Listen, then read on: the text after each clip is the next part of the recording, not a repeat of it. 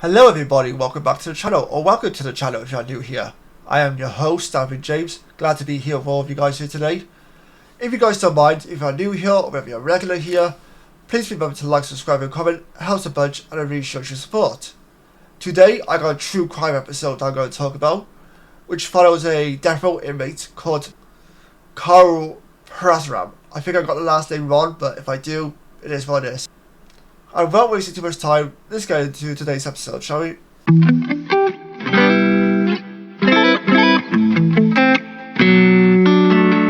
Carl Parasaram is believed to have committed 21 murders.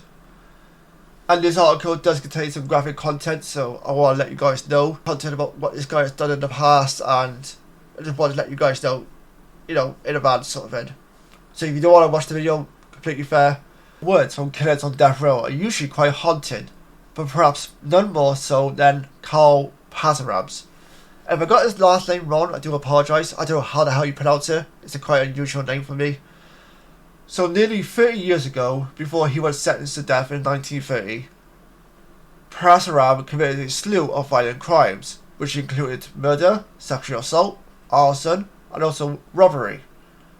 Those who attempted to explain his violent behaviour often pointed towards his abusive childhood. I think you could almost expect that as well in some ways, where you hear about a criminal who's done some of the worst in terms of crimes. You look back at the story, like, oh yeah, abusive childhood, oh yeah, that explains it, you know what I mean? Like, that's usually somewhere in the story, like, yep, abusive background, or, his dad was an asshole, or this and that. Yeah, okay, that explains it. It doesn't justify it, but, that usually adds up in terms of making a person quite a twisted individual in some ways. So he was born in Minnesota to immigrant parents. Parasaram's childhood was far from ordinary, however. Photos of him from the Washington, D.C. Police Department from way back. But when the saying comes into mind, a picture can paint 1,000 words. It really is true. Especially when you look at photos like this, and you think nothing of it at first, but then when you hear about the crimes that this guy committed, you're like, yeah, okay, that actually explains a lot. Okay, I can actually see that. Looking at the photo now, from that perspective, I can see that this guy probably did commit all these crimes, or he had some hand involvement in these crimes.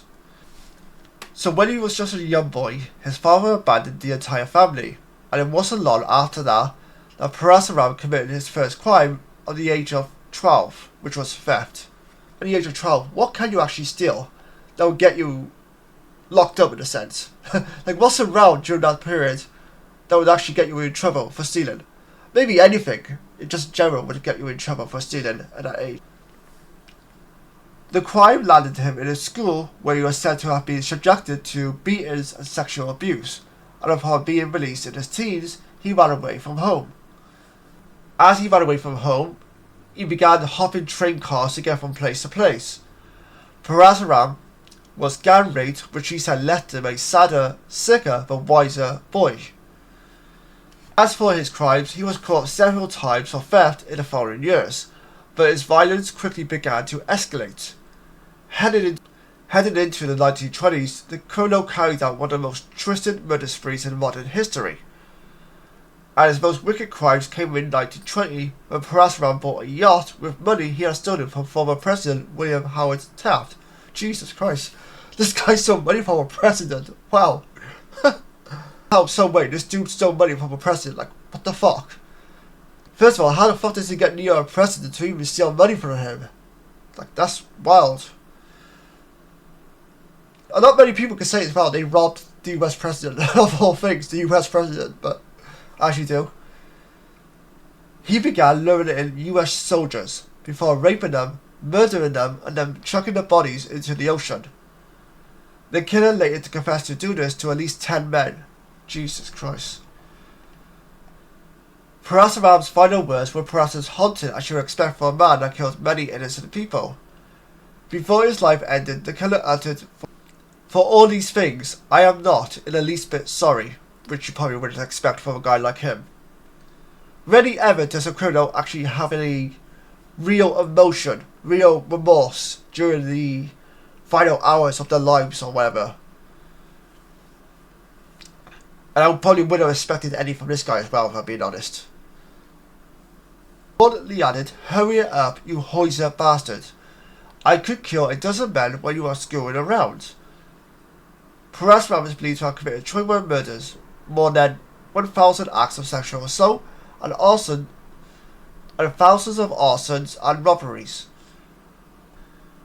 While all the killer's crimes are awful, one of his most horrific came after he killed 6 local guides in Africa. They were scheduled to take him crocodile hunting, apparently, but then Perez-Ram instead killed them and fed them to the animals who, as he described it, devoured their bodies with gusto. Was ultimately executed aged 39 on September 5th, 1930. With good riddance as well, I would suspect. Originally, when I saw the headline on this article, which just said like this guy fed his victims to crocodiles, I was really interested in just that.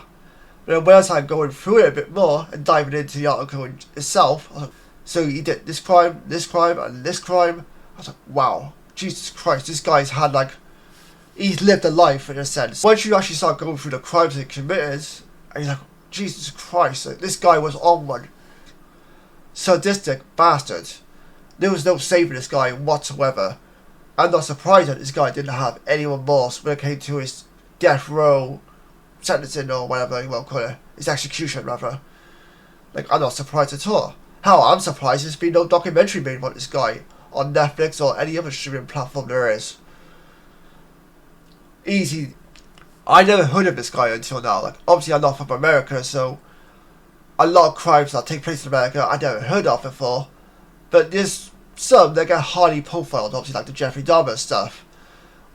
John Wayne Gacy or whoever it may be is up there in terms of true crime stories. But this guy, never heard of before.